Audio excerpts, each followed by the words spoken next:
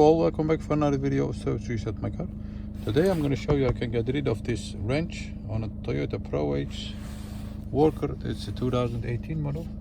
When the service is due and you have changed the oil and the filters, you service the car, you have to get rid of this sign. I'm going to show you how you can do it for yourself. Before we start, I want to mention our YouTube channel, Service Reset My Car. Have a look at our channel for more than 350 other videos on how to reset different model cars. Some tips and tricks about cars. Any questions, any comments, use the comment area below and I'll get back to you as soon as possible. Okay, the car is running now.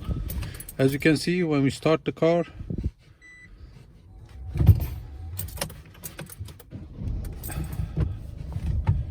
the wrench is also visible. To get rid of that, you have to use the most right button, the set button over there with a wrench on it.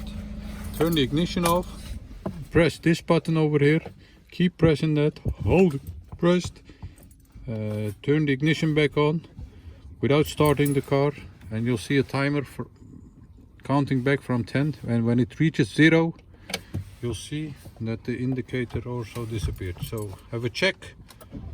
When we start the car, the wrench indicator is disappeared. We also saw a wrench indicator over here, it's also gone.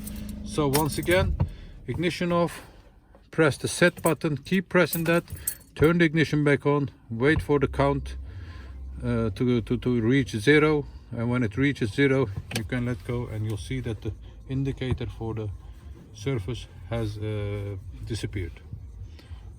Thanks for watching. I hope you enjoyed it.